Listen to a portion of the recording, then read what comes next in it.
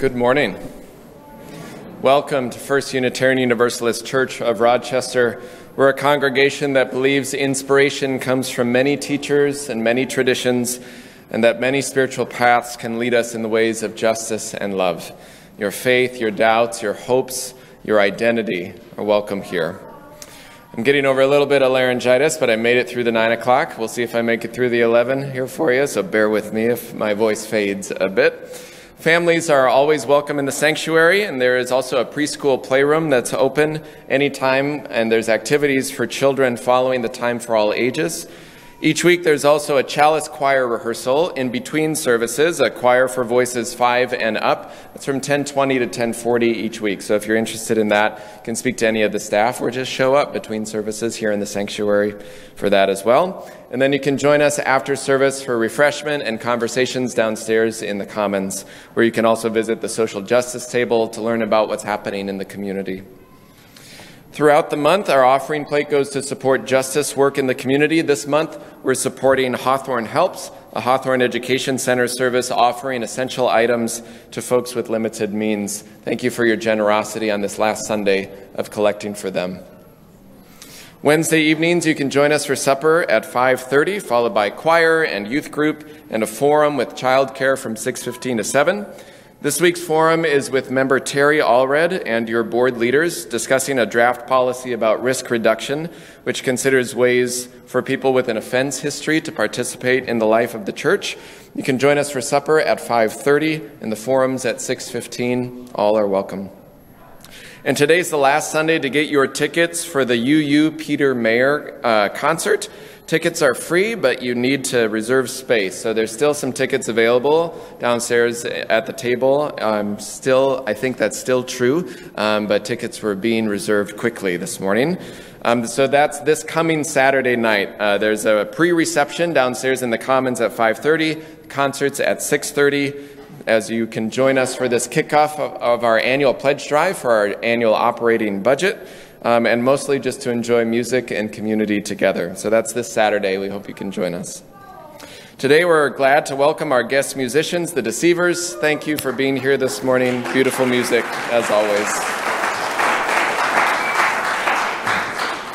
And finally, as was shared in the e-news this week, Austin Ferguson, our co-director of music, has accepted a position at Calvary Episcopal Church in downtown Rochester to begin late this spring.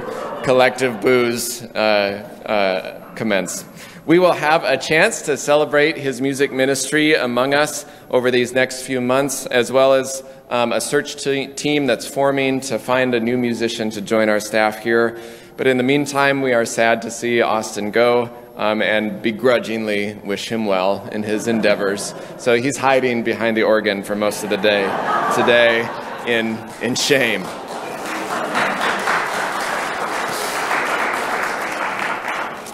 So I invite you as we enter our time together to take a breath. And let us enter our worship with these words from the Reverend Eliza Tupper Wilkes, our minister here in the 1870s. May our faith in humanity and our message of hope and good cheer light our way. It's good to be together. In just a moment, the music will call us back, but I invite you now to rise in body or spirit and greet those around you.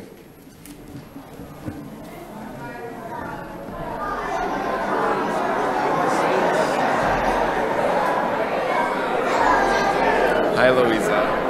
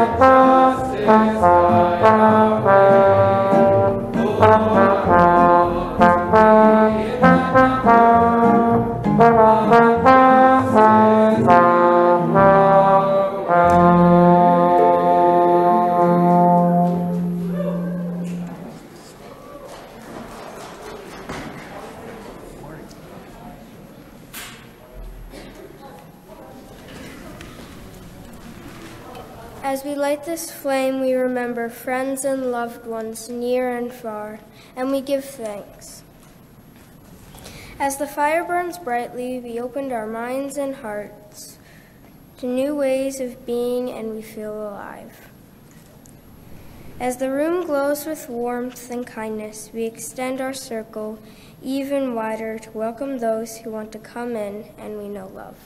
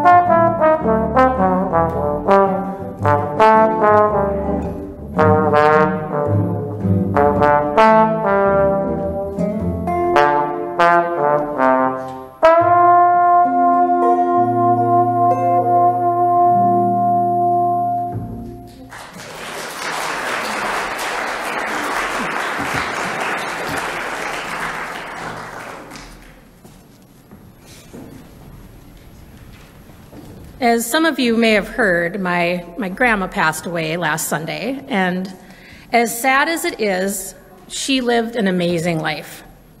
Almost 97 years old. A couple of fun facts about my grandma Tupa. She was about 4'8" and walked around in 3-inch wedge heels all the time. All the time. And she was the measuring stick for the grandchildren, and we all felt very proud when we all, 26 of us, surpassed her in height. Some of us just barely, but we did.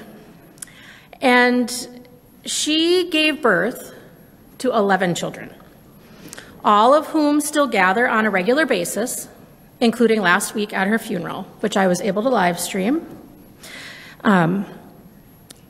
If you hadn't guessed by now, Grandpa and Grandma Tupa were devout Catholics. And in fact, she played the piano and the organ at Holy Family Church for years and years and years up until 2 years ago. So this is her playing at her own 90th birthday celebration back in 2016.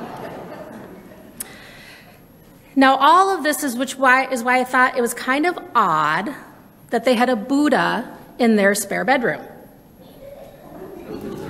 And it says Happy Father's Day on the base. So as I got older, I found out more about where the Buddha came from. It is a Ho Tai or a Ho Ti, the happy Buddha.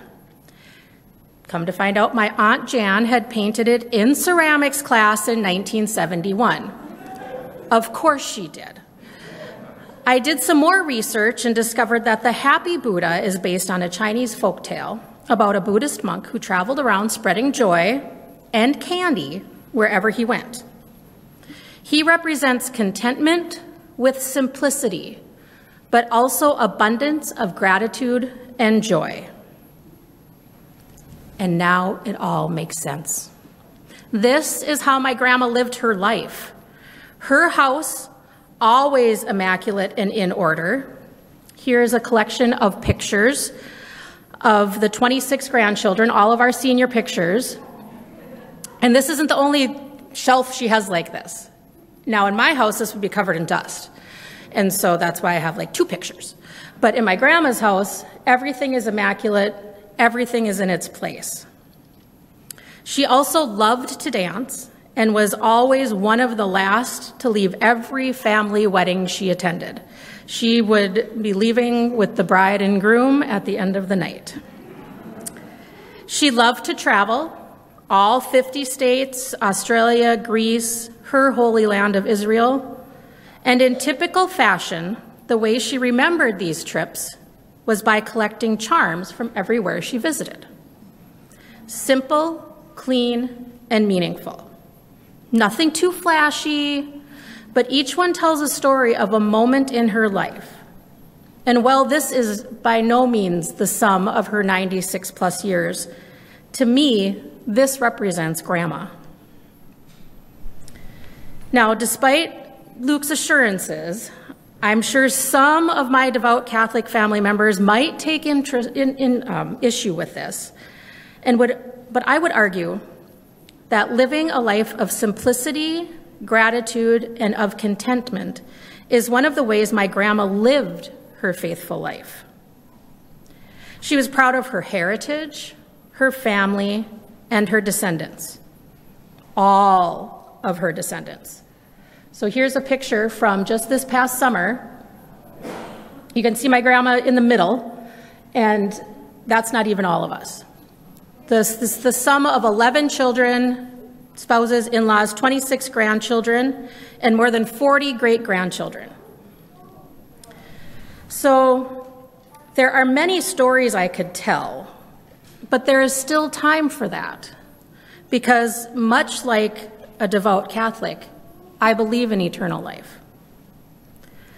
I believe that as it goes, she will have eternal life as parts of her will live on in all of these descendants.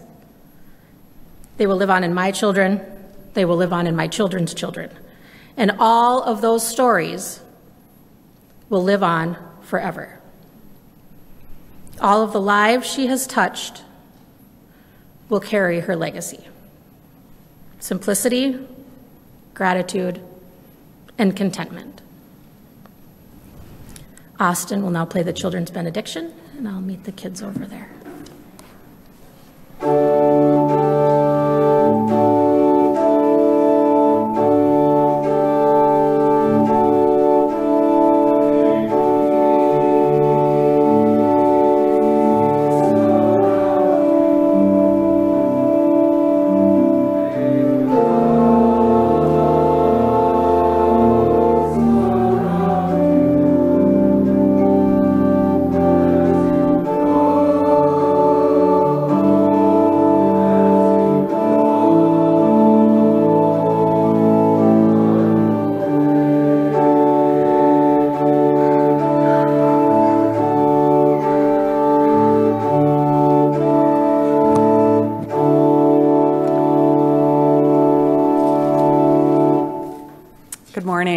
It is good to be with you.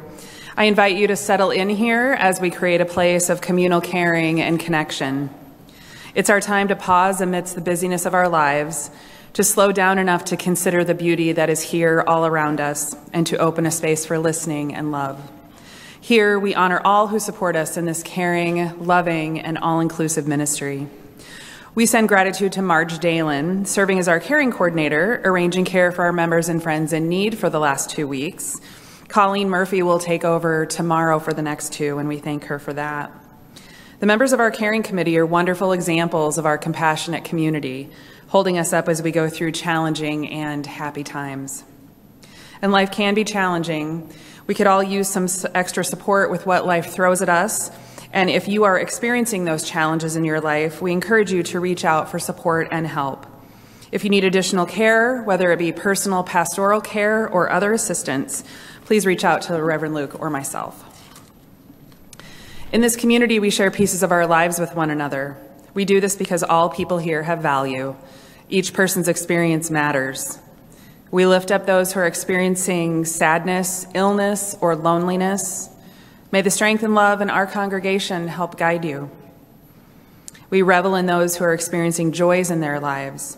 May their happiness lift us all, and may their joy filter into all around them. May all of us find love, hope, joy, and healing strength in our community. And we hold in our hearts this morning Will Morrison. Will was recently diagnosed with Hodgkin's lymphoma, a type of cancer that affects the lymphatic system. He has already had his first day of chemotherapy and shared that it went better than expected. As he starts this medical journey, we send strength and wishes for an easy road ahead. Here, our service to each other, to the world, and to our faith is our focus. Let us carry that out into the wider world. May the faith in the Spirit of life, love for the community of earth, and love for the light in each other be ours now and in all the days to come.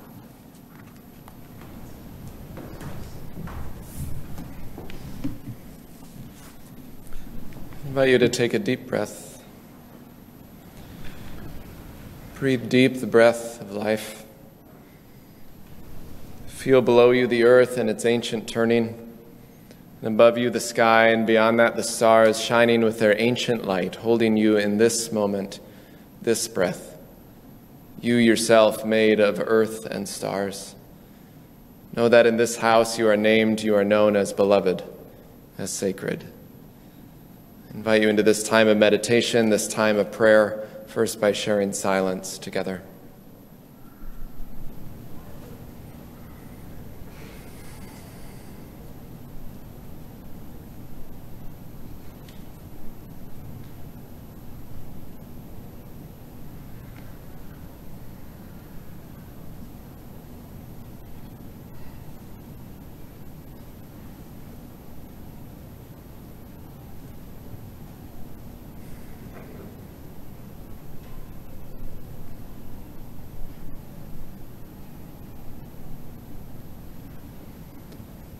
Spirit of life, source of love, God of many names and beyond all naming. Each day as the sun rises or sets, as our calls to awake greet us at any time of day or in the middle of night, whenever we are asked to pay attention to the world, to attend to a loved one or to a job or to a neighborhood, we are again and again given choices, limited or constrained as they may be, but still choices to love the world. To love, not on some simple or sappy level, but a deeper level that love calls us to. Love as gratitude, love as compassion, as attention, as wonder, as community.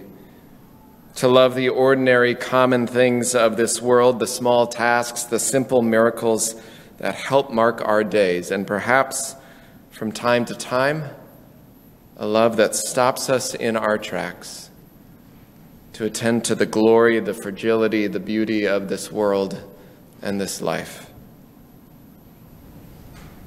In this sacred hour, we hold joys and sorrows, sometimes known, sometimes unknown. I invite you to bring names of those that you're holding in your heart this day in joy or sorrow, celebration or concern, and silently or aloud now in this time to speak their names.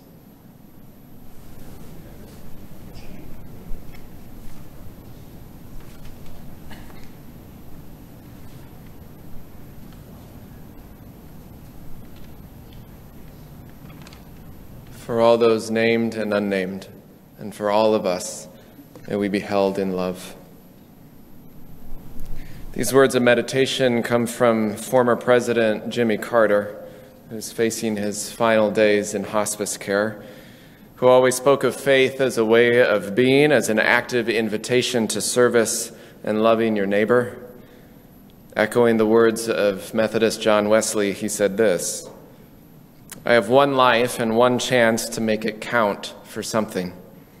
My faith demands that I do whatever I can, wherever I am, whenever I can, for as long as I can, with whatever I have, to try to make a difference." One of his favorite hymns is Melita, or known as the Navy Hymn, which we'll hear now as an instrumental interlude, a song with imagery of finding refuge and strength in the midst of storm. May we be such a presence of refuge and strength to one another and to the world. Amen.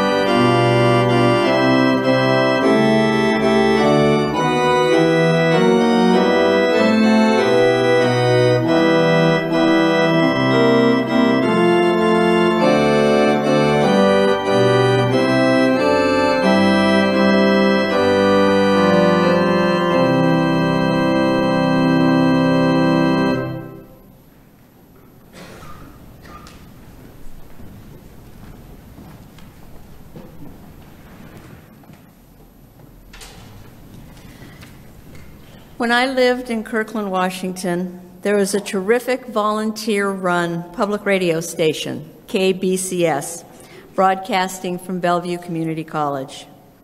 It was very eclectic, from folk music to Celtic music to jazz and everything in between. I listened to it faithfully. In the 1980s, there was a novelty song, originally written by Eric Idle of Monty Python fame, that was subsequently enhanced by singer Jim Post. It was called the Galaxy Song, Lighten Up. The gist of it is that the size of the universe is so vast and complex that it is a miracle that we find ourselves here together in this particular space and in this particular time. A paraphrase of one of the lines is that when you're feeling very small and insecure, realize how amazingly unlikely was your birth. Jim Post inserts, "You don't know the answers and neither do I, so meanwhile, let's just all lighten up." I admit I am not good at this. Ask Gus. My anxiety generally leads me to every dreadful potentiality. If you need someone to develop a doomsday scenario for any impending event, real or otherwise, see me at coffee hour. So lighten up, love the world, appreciate the small daily delights. In her book, The Quotidian Mysteries, Laundry, Liturgy, and Women's Work, one of my favorite authors, Kathleen Norris, writes about how daily tasks can be done with a mindfulness that can be contemplative and joyful. I've had these moments of Zen. When my late husband, Jerry, and I had our organic farm outside of Mazeppa, one of my most serene memories was being on my hands and knees, weeding the onions on a balmy evening after a day at work, accompanied by the trills of the red-winged blackbirds. I'm still in awe that you can plant seeds, water them, tend to them, and then weeks later, you will have lettuce or a cantaloupe or a Walla Walla sweet onion. To me, there was very little that brought me more in tune to the beauty and awesomeness of the world than those days on the farm.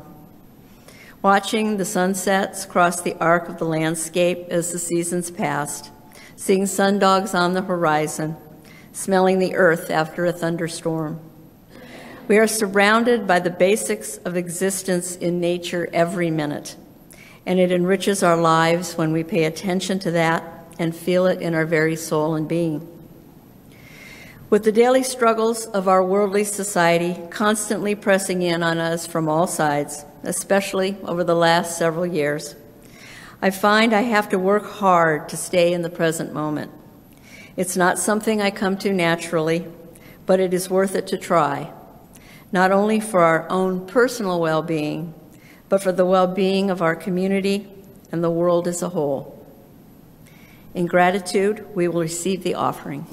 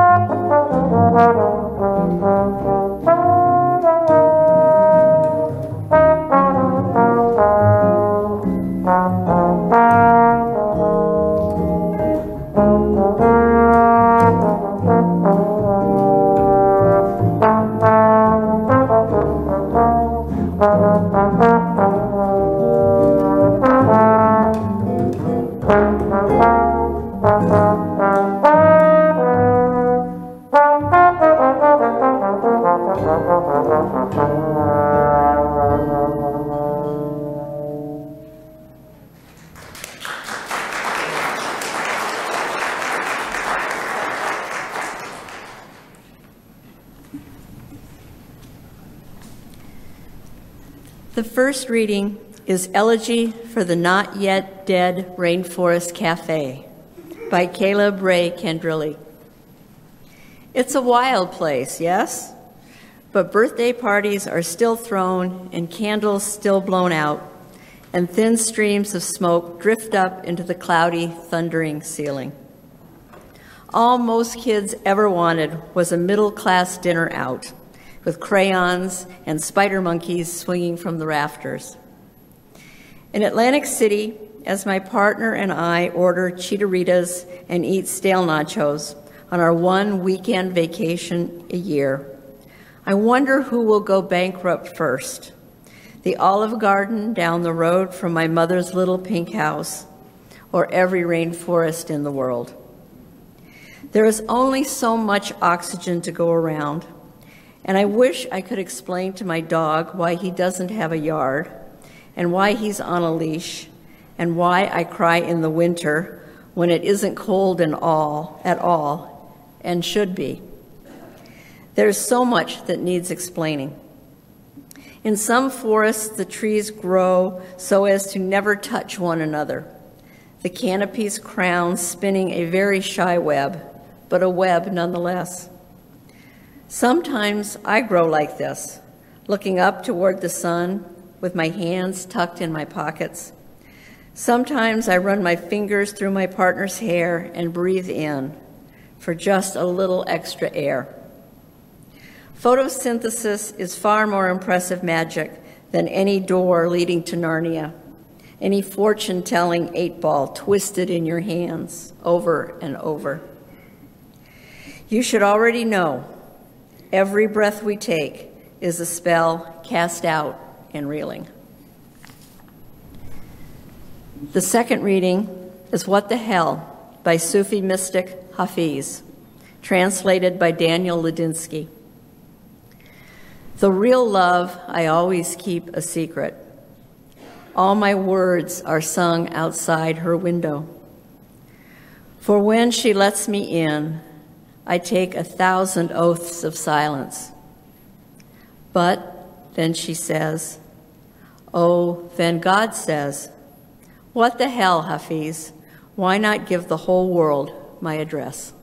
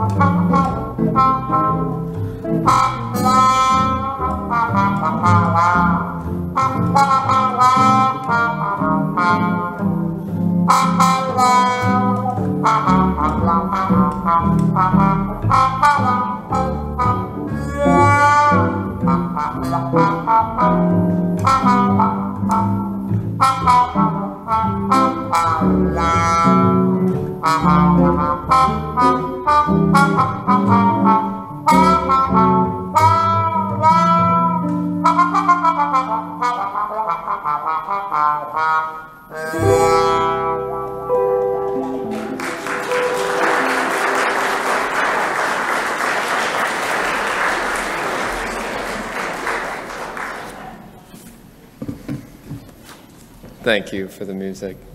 A little switch up from 9 there at the end. I like that. That's good. You likely know the feeling, sometimes maybe in very simple ways, whether clearing the driveway or the walk again, and again and again, or in other ways where you're doing something, some action, some movement, some work, knowing that in time it will all be for naught. It will be undone as if you had never done it at all. I knew this in very simple and tangible ways when I was a school custodian for several years. There were times when I kind of felt like the author of Ecclesiastes. If you know that text, oh, what's the point? All is vanity, all is fleeting. We all return to the dust and earth again. It was like the Debbie Downer of ancient scriptures. Day in and day out, we would clean floors and we'd wipe fingerprints and pick up scraps and paper, ending each day with what felt like a sparkling clean school. And then the bell rang in the morning. All of it disappeared in an instant.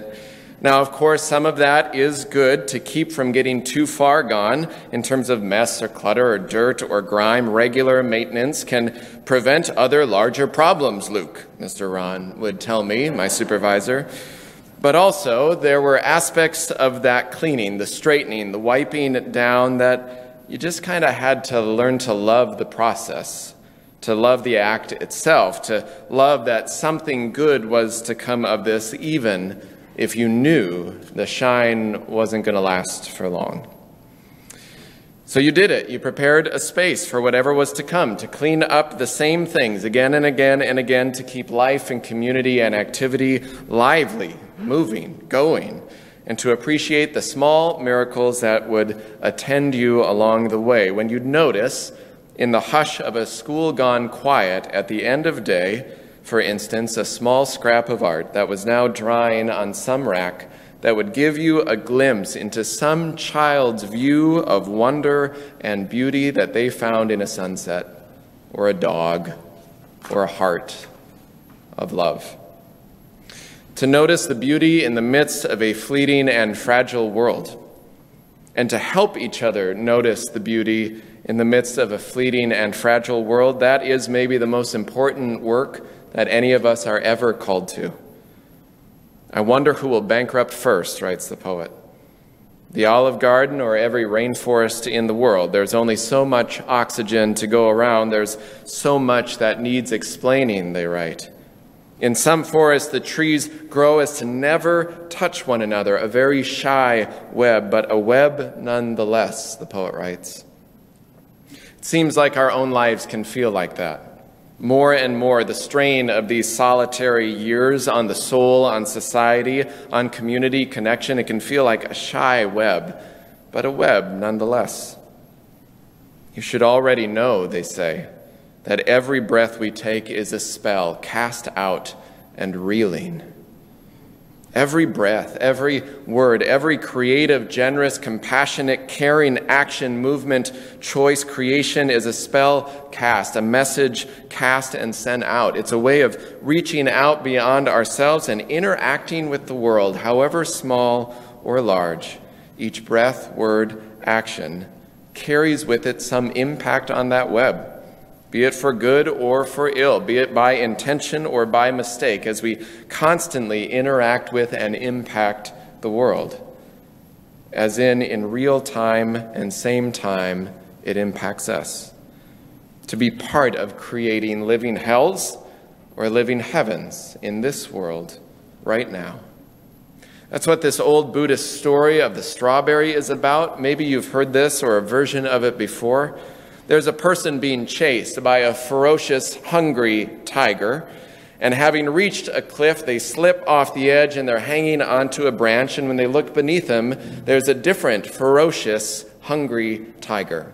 And out onto this branch comes a small animal that starts gnawing away at the branch, and they know there's no getting out of this. The branch is going to break, and their demise will come. And so in that moment, they notice the small strawberry bush right in front of them. And so they take a strawberry and they take a bite and they enjoy every morsel of it. That's where the story ends. And you know how the story ends in the ways we are curious about how it ends. He doesn't make it, right?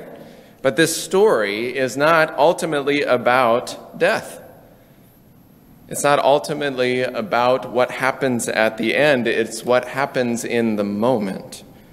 That when you're too focused on grief or fear or forethought of grief, as some poets write about it, you fail to be nourished by the beauty that might be right in front of you when you're only going to the doomsday scenario, which may be true from time to time. It was in this time.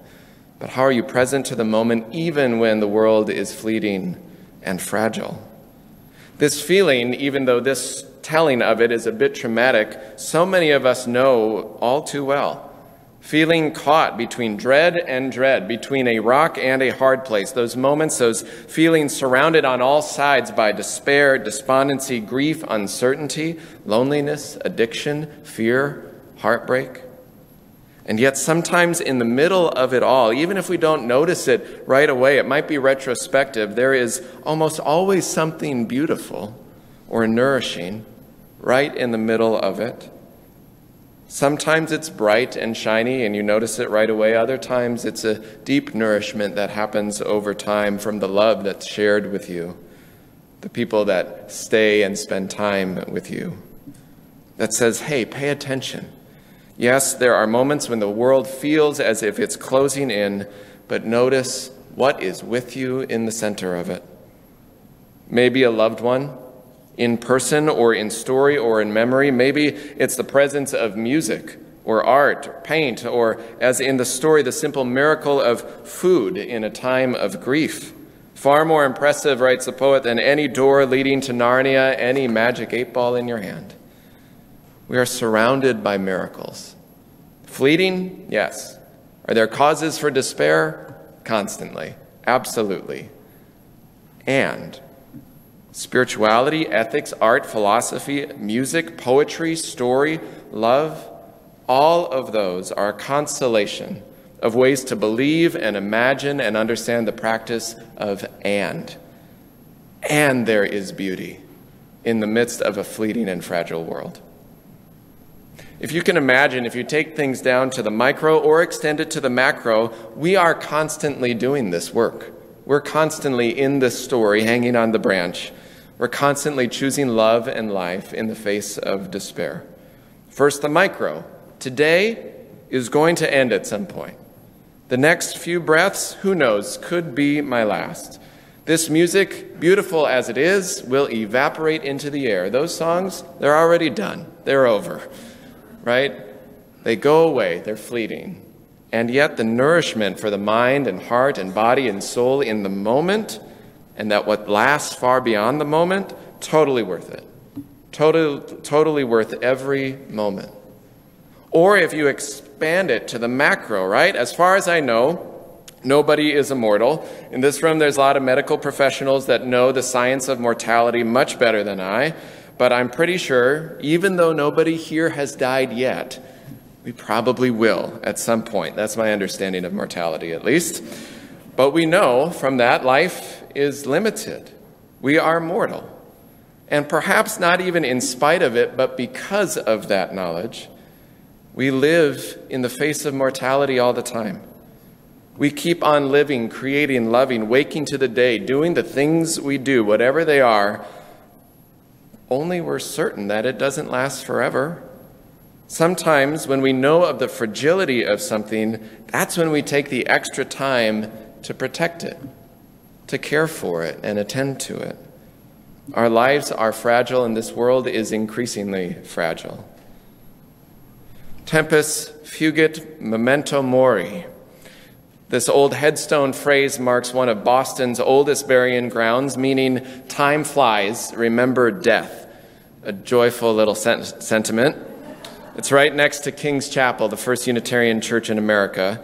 Derek, our youth coordinator on pilgrimage, got the t-shirt that says this phrase on it from King's Chapel, where I got the t-shirt with the giant pulpit on it, of course. Kind of sums up our personalities, we joke. But the idea being to always be mindful that life is temporary and fleeting and fragile, and perhaps the awareness of transience, temporariness, in that we are offered gifts of paying attention differently to the time and life we have. How true is that? In our personal or our collective lives, how the fragility of something, be it an earthquake or the death of a loved one or war or stories we didn't know that we learn of some suffering, how it shifts, how we hold our day, how we pay attention to loved ones or the life that we're living just as it is, the daily routines. Not that every moment can be lived in a deep sense of ultimate gratitude all the time, because to be fair, that can be spiritually, soulfully exhausting too. It's true that the white capitalist drive for perfection can infiltrate our spiritual and ethical practices too, so that if we don't feel totally grateful all the time, that we're somehow failing at being an ethical person, right? But that's not the point. The point is, how is the fragile beauty of this world calling to us to pay attention more deeply, maybe more often, in a way that both nourishes our soul and impacts the world around us in better ways to help create a living heaven more than a living hell as much as we can. That is, living more compassionately, more loving, more inclusively, more in right, reverent relationship with one another and with the natural world. Another Latin phrase I came across recently, which I love, is this from Ovid: omnia mutantur nihil interit. I don't know Latin all that well, but it means everything changes, nothing dies. Everything changes, and nothing dies.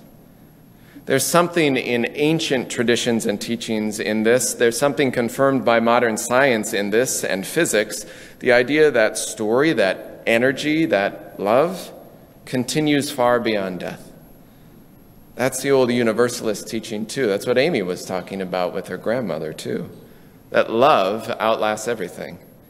One of the hardest things in the old universalist belief that God's unconditional love was for everybody. Everybody is beloved. There is no hell, and if there is, nobody's going there. We all have inherent worth and dignity, that old teaching. The hardest thing about that is looking at the suffering in the world, or looking at certain individuals or corporations or whatever, making horrific decisions that impact humanity and the earth in horrible ways. How can they be beloved? Rooted in corruption or greed or bigotry or hatred. The Reverend Olympia Brown, Universalist preacher and the first woman ordained in the United States by a denomination in the 1800s, attended to this question. In a sermon going through the traditional doctrinal beliefs that God is love, straight from Scripture, she ended with the challenge of a seemingly evil, mean person in her time. So you can fill in whatever name you're thinking about right now, like even this person is beloved, right? For Olympia Brown, it was James Fisk. And her response about how love could even extend to James Fisk was saying, the true love of virtue would seek to rebuke primarily the conditions of a society that makes a James Fisk possible at all. That's a nuanced universalism. The idea that you attend to what are the conditions that make these decisions, these hatreds, these bigotries, this suffering possible to begin with. Systems much larger than just one individual, to be certain. It's the idea that love is universal, yes, but goodness is not assumed, not a guarantee. It's not Pollyanna, rose-colored sort of theology. It's a commitment to a type of love that loves the hell out of the world, that believes in our agency and our ability to affect some of the conditions, at least, in which we live, and that guided by love, we will always be striving for goodness in our hearts, in our communities, and that, yes, some individuals and sometimes ourselves make horrific choices. The larger question is how to love the world in a way that creates more heaven and less hell, that understands evil actions and suffering within the larger society while still holding them accountable and calling them out, and to not respond by going below our ethics or our values for how we then treat those people. The thing is to love life, writes Ellen Bass, even when you have no stomach for it. Or in how Hafiz, the Sufi mystic poet, says it, what the hell, just give the whole world the address to God, to love, to beauty. There are plenty of reasons for despair, I grant you. Just ask Trish at coffee hour. She'll give you thousands that can be really doomsday scenarios, immediate. Or you just ask any of us on any given day. We might be holding the same things. Some days, some years, some seasons harder than others. And yet, the universalist message is that there is a love that sustains us when life is hard. Actually, that's all that sustains us when life is hard. A type of love that challenges us to notice beauty, a type of love that shows up sometimes unexpectedly as a card or a call or a cough drop at the 9 o'clock service when I really needed it, or the path cleared for a stranger or a friend, or a meal prepared in response to grief, who needs to find their way through the piling up world around them. Sometimes it shows up as a postcard to a representative or a senator that helps create bills for driver's licenses or paid family leave or protecting voting rights or abortion rights or more. It's a belief, a commitment to a universal love, the universalist idea that God is love, and whatever God is, its essence, her essence is love. It's a belief that love is the connective fabric that holds us together, that we are deeply interconnected in our actions in the world, how we live, what we buy, what we say, how we vote, how we use our resources or not, our gifts or not. All of that is a thread woven in this fabric, and all of it creates the world we live in. We make hell and heaven collectively. And to remember, it's always in motion. It's always in process. Sometimes there are old threads tattered and in need of repair, new threads trying to find their way in, threads and stories that are caught or tangled. We are living in and created of a constant work-in-process tapestry that holds us together. And even when all might feel on the edge of despair, perhaps it is love that holds us in the center and helps us find beauty even there. The hymn is answering the call of love. It's in the Teal hymnal number 1014, if you're unfamiliar with the tune. The words will also be on the screen, but I'll warn you, the words are a little different on the screen than in the hymnal. As we are a living tradition, as many are, sometimes the lyrics need to be updated to be more inclusive, to be more mindful of a just and inclusive society. So the words have been shifted from standing on the side of love to answering the call of love. So I invite you to rise in body or spirit as we sing.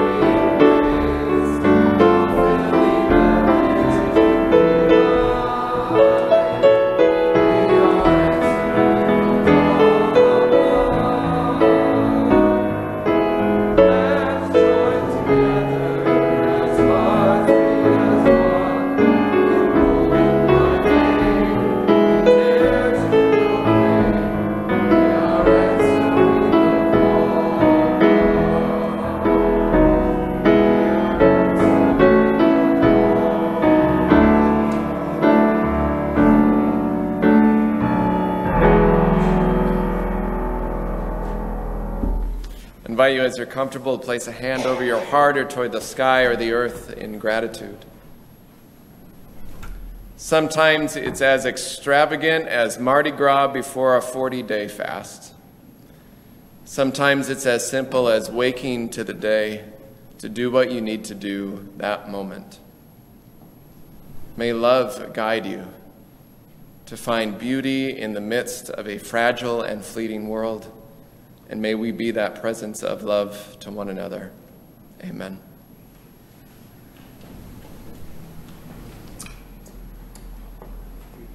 Thank